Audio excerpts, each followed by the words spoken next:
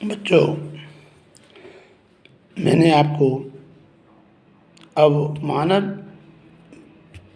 BCom part second, paper second, HRM में मानव शक्ति नियोजन की पूर्व अवस्थाएं, इस पर अपनी आज चर्चाएं होंगी। इससे पूर्व मैंने आपको मानव शक्ति के उद्देश्य, कार्मिक की विशेषताओं, मानव शक्ति की विशेषताओं आदि पर डिस्कस कर चुके हैं। अब अपन जो है आज करेंगे मानव शक्ति नियोजन की पूर्व आवश्यकताएं। संगठन के अंतर्गत मानव शक्ति नियोजन को सफल बनाने के लिए कुछ बातों पर ध्यान देना आवश्यक है। मानव शक्ति नियोजन के लिए पूर्व आवश्यकता हम कह सकते हैं। इसके लिए कुछ निम्न बिंदुवार हैं जिस पर अपन डिस्कस करेंगे। सबसे पहले कि मानव शक्ति नियोजन, इसमें निम्न प्रक्रियाओं से हमको गुजरना पड़ेगा। तो इसमें पहला है उद्देश्यों का निर्धारण, उद्देश्यों का स्पष्टीकरण, नियोजन विभाग का गठन, संसाधनों की उपलब्धता और संदेश वहन, चातुर्य एवं विकास, मानव उपाय संसाधनों में तालमेल और उच्च प्रबंधन द्वारा मान्यता मिलना। अपने इसमें मानव शक्ति नियोजन में नियोजन की पूर्व अवस्था होती है। इसमें अपन 6 महत्वपूर्ण तथ्यों पर डिस्कस करते हैं। तो मानव शक्ति नियोजन के अंतर्गत 6 ऐसे पॉइंट विद्यमान हैं जिन पर अपन अपनी प्रतिक्रियाएं जारी कर सकते हैं। सबसे पहले उद्देश्यों का स्पष्टीकरण। बच्चों, किसी भी चीज़ में जब तक मानव अपने उद्देश्य, टारगेट को लेकर स्पष्ट नहीं करेगा, तब तक वह अपने लक्ष्य को प्राप्त नहीं कर सकता। मैं आपको बीच में इससे हट के बात करूँगा। भाई, आप आज बीकॉम पार्ट सेकंड में हैं, फिर थर्ड ईयर हो जाएगी, फिर आप स्नातक उत्तर पास होने के बाद में आपका थीम क्या है। जब तक आदमी अपने लक्ष्यों को, अपने उद्देश्यों को स्पष्ट नहीं करेगा, तब तक वह अपने कार्य में सफल नहीं हो सकता।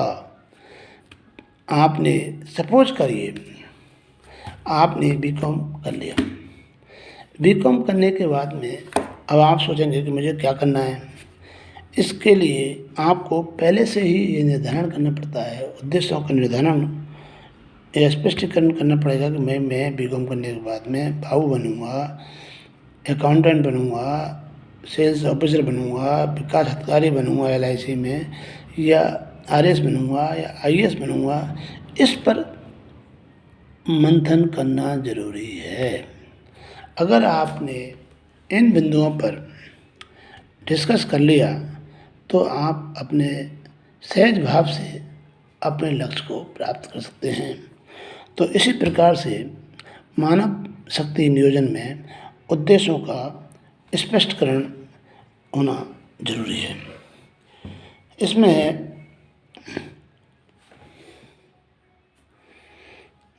रणनीति,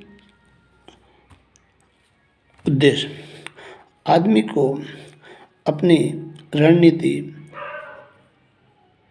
बनानी चाहिए कि मैं, और रणनीति जब तक दीर्घ अवधि के लिए होती है, संगठन के लिए पूर्ण रूप से परिवर्तन लाना और लक्ष्य होता है। इसी प्रकार से तो पहला है उसकी रणनीति और उनका क्रियात्मक।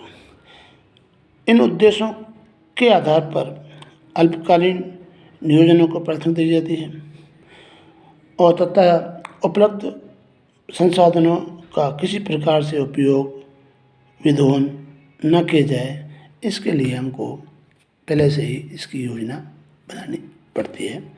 और जो कि फिर है नियोजन विभाग का गठन करना। आपको मैं बता दूं, दूसरा तो उद्देश्य का स्पष्टीकरण।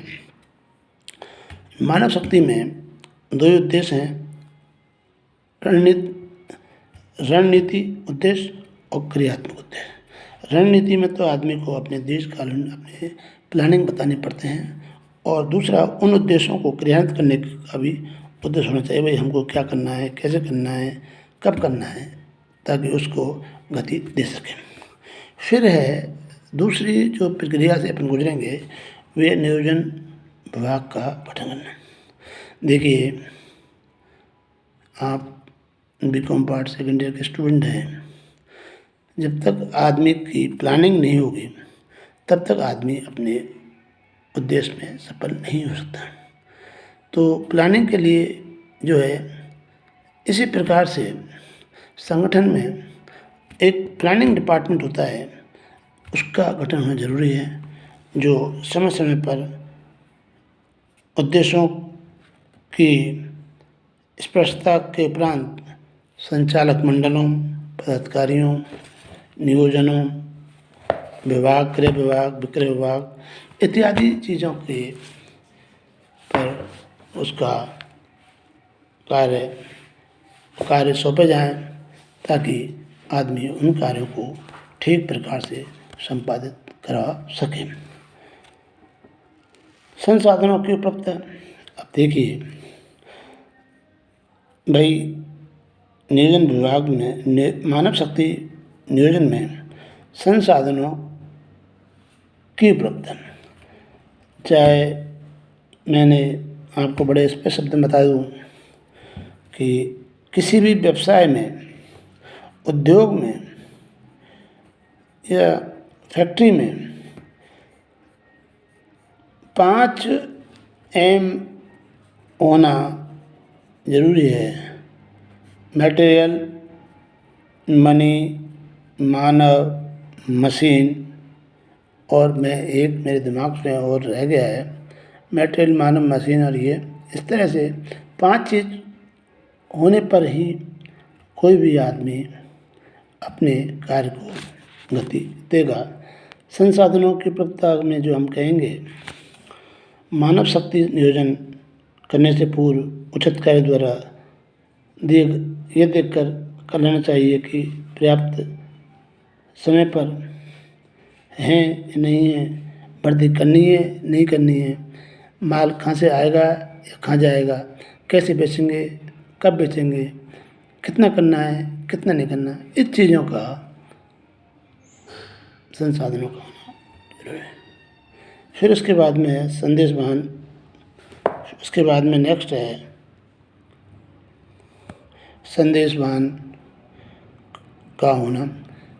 किसी भी व्यवसाय में संदेश वाहन बात को एक स्थान से दूसरे स्थान पर ठीक ढंग से उचित समय पर बात को कह सकते हैं, इसलिए संदेश वाहन का होना अत्यंत जरूरी है। फिर है नेक्स्ट है मानव शक्ति संसाधनों में तालमेल। मानव और संसाधनों के बीच में ऐसा तालमेल होना चाहिए ताकि प्रबंधक अपने जो संसाधन हैं उनका मानव सही उपयोग कर सके।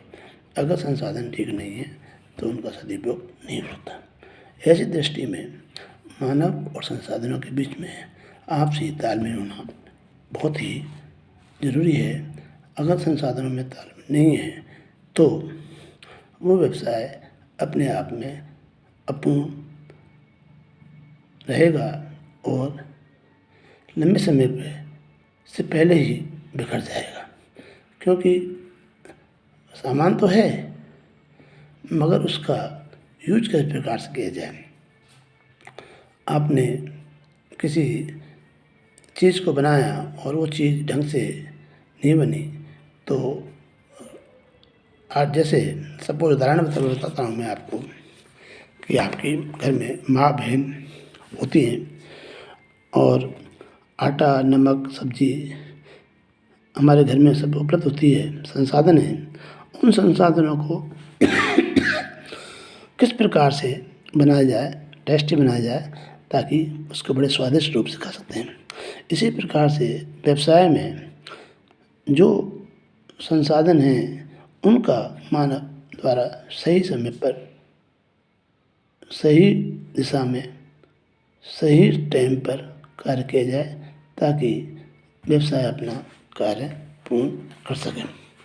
और इसके बाद में है उच्च प्रबंधन द्वारा मान्यता मिलना, और जो टॉप जो मैनेजमेंट है उनके द्वारा अपने सबॉर्डिनेट कर्मचारियों, विभाग अध्यक्षों और माल जो हमारे फैक्ट्री में जो बन रहा है उसका सुपरविज़न करके उनको उचित मार्गदर्शन प्रदान करना चाहिए, ताकि वे अपने कार्य में सफल हो सकें।